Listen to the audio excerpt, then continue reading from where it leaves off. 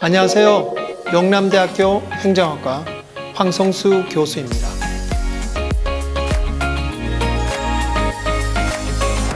저는 정보통신기술 발전에 따른 정부의 역할 및 공공성 증진에 관련한 연구를 주로 하고 있습니다.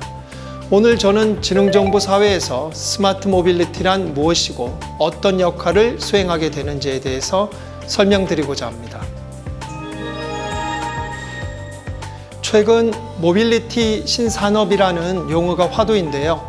모빌리티 신산업이란 교통 관련 산업, 물류 관련 산업, 그리고 온라인과 오프라인을 결합하는 오토 비즈니스 등을 아우르는 단어입니다. 오토 비즈니스의 예시로는 스마트폰 어플리케이션이나 인터넷을 통해서 음식을 주문하거나 택시를 호출하고 숙박시설을 예약하는 것들이 있습니다. 모빌리티란 기본적으로 이동성을 의미합니다. 이동을 얘기할 때 본래 전통적으로 사용되던 교통의 의미를 가진 트랜스포트를 많이 사용하다가 최근에 이동성을 뜻하는 모빌리티가 많이 사용되고 있습니다. 그 이유는 단순히 유행어의 등장이나 마케팅적으로 틈새 시장을 공략하기 위함이 아닙니다. 자동차 혹은 여러 교통수단들의 도구적인 측면에 주안점을 두다가 이제는 이동의 궁극적인 목적과 주체인 사람의 연결, 사람과 장소 및 물품의 연결에 주안점을 두게 되었기 때문입니다. 예를 들면 최근 길에서 쉽게 볼 수 있는 전동 킥보드 역시 모빌리티 신산업의 일종입니다. 2021년 5월부터는 전동 킥보드를 운행하기 위해서 면허가 필요하도록 도로교통법이 개정되기도 하였죠. 사람 그리고 물류를 이동시키는 수단이 기술적으로 발전하면서 기존의 법과 제도도 변화가 필요한 시점인 것이죠. 단순히 이동을 실현시켜주는 객체인 자동차와 같은 운송수단으로부터 이동의 주체인 사람 그리고 물류로 생각의 포인트가 옮겨가고 있다고 볼 수 있습니다. 이러한 변화는 생활 양식의 변화로 이어지고 또 생활 양식의 변화가 이동의 변화를 다시 촉진시키는 순환적인 과정이 발생하게 됩니다. 이러한 큰 흐름의 변화는 디지털 트랜스포메이션, 즉 디지털 전환이라는 시대의 환경 속에서 필연적으로 빠르게 우리 일상을 바꿔나가고 있습니다. 우리가 왜 모빌리티라는 용어를 광범위하게 사용하게 되었을까에 대한 원인을 짚어나가다 보면 이러한 환경적 변화, 즉 디지털 전환을 가장 잘 담아내는 단어로 사람들이 생각하였기 때문이라고 볼 수 있습니다. 먼저 스마트가 단어 앞에 붙는 가장 유명한 말은 스마트폰이라고 할 수 있겠죠. 스마트 모빌리티를 가장 단순하게 설명하자면 스마트폰에서 모빌리티 서비스를 이용할 수 있는 것을 생각해 보면 됩니다. 우리가 자주 사용하는 카카오티를 보면 택시, 바이크, 대리운전, 퀵서비스와 택배 서비스, 렌터카, 항공, 시외버스, 기차, 셔틀, 내비게이션, 카풀 운영에 이르기까지 다양한 서비스를 제공하고 있습니다. 우리가 모빌리티 앞에 스마트를 붙이는 첫 번째 이유는 데이터의 축적 및 활용을 보다 스마트하게 하자는 의미입니다. 스마트 모빌리티는 모빌리티 플랫폼 서비스들이 모빌리티 데이터 분석을 활용해 최적의 경로로 최적의 서비스를 제공하고 최적의 수익을 내고자 하는 데서 출발한다고 볼 수 있습니다. 수익을 내고자 하는 기업의 활동에서 시작되었지만 사회적 후생 차원에서도 사회적 비용은 줄이고 소비자 후생은 증가하는 측면이 있기 때문에 많은 경우에 바람직하게 인식되고 있기도 합니다. 물론 오토바이와 킥보드 사고 등 불편으로 인한 사회적 비용이 증가하고 있는 측면도 존재하기 때문에 앞서 말씀드렸듯이 도로교통법 개정과 같은 제도적 대응도 필요합니다. 우리가 모빌리티 앞에 스마트를 붙이는 두 번째 이유는 스마트 모빌리티 플랫폼이 신산업과 디지털 경제를 이끌고 가는 혁신의 핵심이기 때문입니다. 예를 들면 코로나 시대에 비대면 경제 소비가 늘면서 기존의 유통, 물류 부분이 폭발적으로 증가하였습니다. 이마트 배송처럼 기존 오프라인 유통기업들의 온라인 진출과 엄청난 투자로 물류시장에 변동을 가져온 쿠팡이 있죠. 또 마켓컬리 같은 벤처기업들이 데이터 분석에 기반을 두고 물류 사업에 혁신을 가지고 오기도 합니다. 분석되고 예측된 주문 요청 자료를 기반으로 미리 상품을 준비해 놓고 물류 비용을 줄이면서 신속 배송을 하기도 합니다.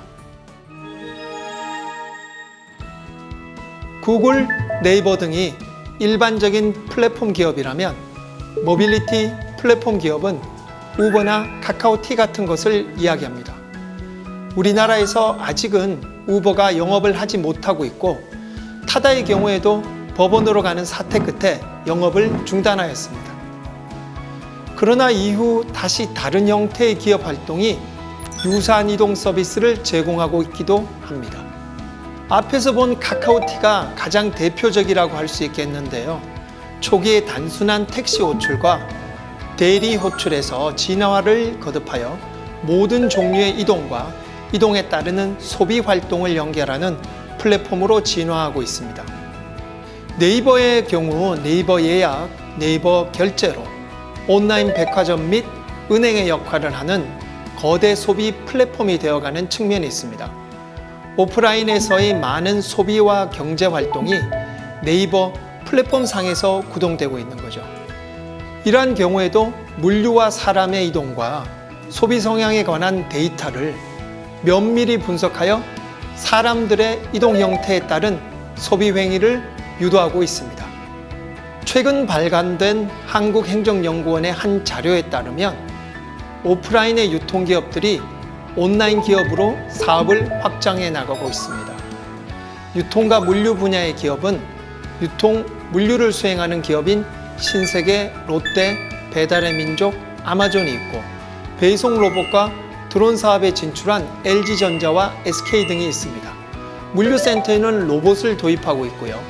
CJ 대한통운은 배송 기업에만 머무르지 않고 네이버와 같은 온라인 기업과 손잡고 있습니다. 유통산업이 역동적으로 변화하고 있습니다. 이제까지는 기술과 경제활동의 변화에 초점을 맞춰 이야기했는데요. 이제는 정부의 역할에 대한 기대에 대해서 이야기해 보겠습니다. 이러한 새로운 기술과 이에 따른 파괴적인 혁신의 결과는 필연적으로 신산업과 구산업의 충돌을 가져오게 됩니다. 대표적으로는 타다 사태에서 보았던 기존 산업의 이해관계자인 택시 관련 회사와 기사님들과 신산업을 운영하려는 타다 같은 기업, 그리고 이에 종사하는 기사님들이 반목하는 갈등을 표출하게 되었죠. 이러한 때에 행정부가 적절하게 중재 역할을 하지 못하고 법원으로 보내는 안타까운 결과가 나오기도 하였죠. 사실 이상적인 해결 방향은 소비자인 승객들의 선택권을 다양하게 할 수 있도록 해서 소비자 후생, 즉 사회적 편익을 높여야 하는 것이죠. 택시와 타다 같은 호출 서비스가 공존해서 소비자에게 다양한 선택지를 주는 것이 좋다고 할 수 있겠습니다. 선택권을 다양하게 하되 사회적 비용을 무임승차하는 일부 회사나 서비스가 없도록 정부가 제도를 면밀하게 설계할 필요는 있습니다. 예를 들면 신산업에 진출하려는 기업들에게 적절한 규모의 비용을 분담하게 해서 그렇게 마련한 재원으로 택시 감차에 드는 비용, 은퇴한 택시기사들의 복지에 충당하게 하는 방식이 있습니다. 또는 택시기사에게 서비스업을 할 수 있는 자격증을 부여하여 택시회사든 신산업 공유차량회사든 선택적으로 일하게 할 수 있으면 긍정적인 경쟁으로 산업의 갈등이 줄어들고 생태계가 잘 조정될 수도 있습니다.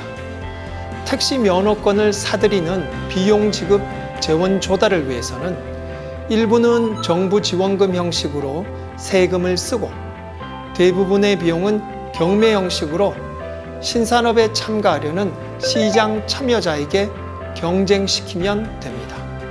이에 덧붙여 현재 연령이 높으신 택시기사님들의 노후와 복지는 기존의 복지안전망과 연계하고 추가적으로 경매 대금을 일부 활용해서 한시적으로 추가 혜택을 지급하는 등의 방안으로 해결하면 사회 갈등 유발 요인을 줄일 수 있다고 봅니다.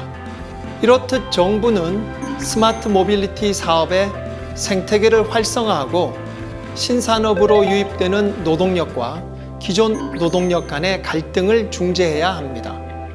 구산업 종사자의 일자리에 복지 안전망을 연계시키고 신사업자의 사회적 가치 지향을 유도해야겠죠. 소비자의 행태를 긍정적인 방향으로 유인할 행동경제적 의사결정 방식을 활용한 정책 설계가 요구되는 시점입니다.